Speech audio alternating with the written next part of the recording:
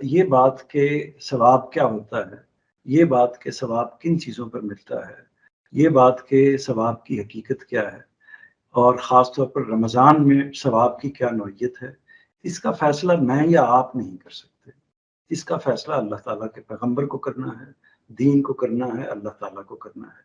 वही बताएँगे कि कौन-सी घड़ियाँ जो हैं, वो ज़्यादा मकबूलियत की घड़ियाँ हैं, कौन से अय्याम जो हैं, वो ज़्यादा सवाब के लिए मौज़ू अय्याम हैं, कौन से औक़ात इबादत के पहलू से ज़्यादा अहम हैं, किन औक़ात में इबादत करनी चाहिए, किन दिनों में ज़्यादा इबादत करनी चाहिए, किन दिनों में ज़्यादा मामलात का अजर मिलेगा और उसके पीछे मुहर्रकात भी ज़ाहिर है कि तय किए जाते हैं, जो हमारी नीयतें हैं, हमारे मुहर्रकात हैं, उनकी क्या सूरत हाल है।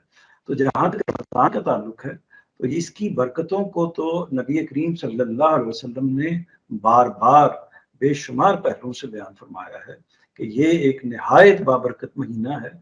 और जहाँ तक इसका सवाब का ताल्लुक है, तो हुजूर ने एक तरह से अल्लाह ताला की निस्बत से, यानी नबी करीम सल्लल्लाहु अलैहि वसल्लम ने हदीस कुदसी बयान करते हुए अल्लाह ताला की निस्बत से इस बात को इरशाद फरमाया है कि इस मौके पर रमज़ान के महीने में शयातीन को जकड़ दिया जाता है, उनको जंजीरों में बांध दिया जाता है।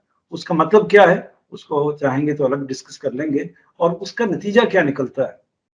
नतीजा ये निकलता है कि सवाब के मौके, यानी वो जो वसवसे शयातीन इंसानों के दिलों में डालते हैं, उनकी मक़दरत, उनकी कुव्वत, उनकी हिम्मत कम हो जाती है, कमज़ोर हो जाती है।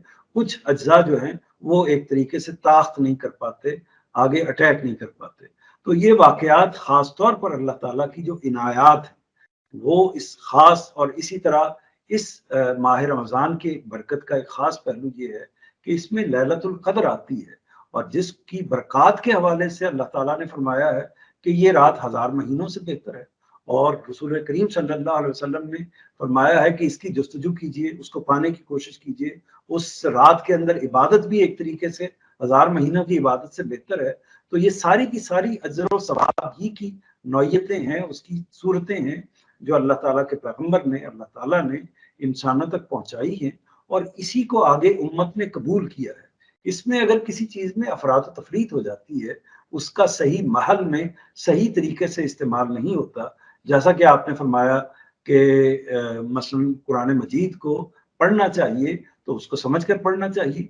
पढ़ने का मतलब ही ये होता है, तिलावत का मतलब ही ये होता है कि उसको समझ कर पढ़ा जाएगा। इसके अलावा तो पढ़ने का कोई और मतलब होता ही नहीं है। ये हमारे बर्रे सगीर में, चूँकि अरबी ज़ुबान नहीं आती लोगों को, तो इस वजह से लोगों ने पढ़ने का मतलब या तिलावत का मतलब ये ले लिया कि उसको एक तरीके से बेसोचे समझे सिर्फ उसकी एक तिलावत करनी है या किरात करनी है। तो ये अगर गलतफ़हमी है या गलत मतलब ले लिया गया है, तो उसका दीन से या उलमा के नुक्ता नज़र से कोई ताल्लुक नहीं है। और अगर उलमा इस बात को गलत तरीके से बयान कर रहे हैं किसी चीज़ को और उसकी उस पोज़ीशनिंग को ठीक नहीं कर रहे, उसको उसके सही महल में रख कर नहीं पेश कर रहे, तो दूसरे उलमा बताते हैं कि वो उलमा क्या गलती कर रहे हैं। आपको उनमें से उस बात को इख्तियार कर लेना चाहिए, जो जिस पर आपका इत्मीनान है। तो जहाँ तक अजर सवाब का ताल्लुक है, तो ये मसनून बात है, मुस्तनद बात है। सहरी खाने के हवाले से भी अल्लाह ताला ने या नबी करीम सल्लल्लाहु अलैहि वसल्लम ने अजर बताया है, इफ्तार के हवाले से भी अजर बताया है। रोज़े के रोज़ेदार के मुँह से जो शाम के औकात में बाज़ औक़ात एक बू आनी शुरू हो जाती है, अल्लाह ताला ने फरमाया है कि वो मेरे लिए बहुत अज़ीज़ है। इसी तरह अल्लाह ताला के हवाले से, हुज़ूर के हवाले से ये इरशादात भी हमें मालूम है कि इस मौके पर अल्लाह ताला ख़ास एक तरह से गोया कि उनका अब्र करम बहुत कुव्वत के साथ, बहुत ज़ोर के साथ बरसना शुरू हो जाता है।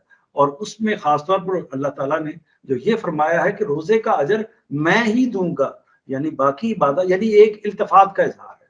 बाकी चीज़ों का अजर भी अल्लाह ताला ने देना है, लेकिन ख़ास रोज़ा मेरे लिए है और रोज़े का अजर मैं ही दूँगा।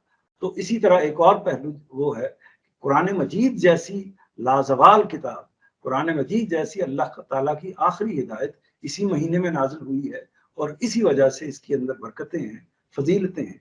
तो फजीलतें, बरकतें, ये सारी चीज़ें अल्लाह ताला की और अल्लाह के रसूल की मुकर्रर करदा हैं और उसी पहलू से हमें इसको कबूल करना चाहिए। इंसान का मामला ये है कि हम वर्कशॉप्स करते हैं, हम स्कूल्स में जाते हैं, ट्रेनिंग्स लेते हैं اور جب وہ ٹریننگ پیریڈ چل رہا ہوتا ہے، وہ تربیت کا زمانہ چل رہا ہوتا ہے، اس وقت سرگرمی زیادہ ہوتی ہے۔ اس کا مقصد یہی ہوتا ہے، اس ٹریننگ کا، ان معاملات کا، اس ایجوکیشن کا مقصد یہ ہوتا ہے کہ ہم اپنی باقی زندگی میں، باقی ایام میں اس کو اختیار کریں، استعمال کریں۔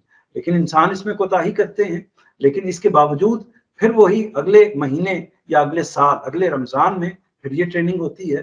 تو یہ ایک ٹریننگ کا عمل ہے جو انسان کی زندگی کے حوالے سے مستقل چلتا رہتا ہے۔ تو یہی تو اس میں حاصل کرنے کی کوشش کرنی چاہیے کہ اس کے اندر جو ہم تربیت نفس پالیں، اس کو باقی سال پر پھیلائیں۔ اللہ کی تعلیمات، نبی کریم صلی اللہ علیہ وسلم کے ارشادات اسی پر مبنی ہیں کہ ایسا نہیں ہونا چاہیے کہ جیسے ہی رمضان ختم ہوا ہے وہی اگلے تللے، وہی فضولیات اس سے اگلے دن شروع کر دی ہیں۔ تو یہ نہیں ہونا چاہیے، بلکہ ہونا یہ چاہیے کہ اس کے اثرات گویا کہ اگلے 11 مہینوں پر آپ کے اوپر مرتب ہونے چاہیے۔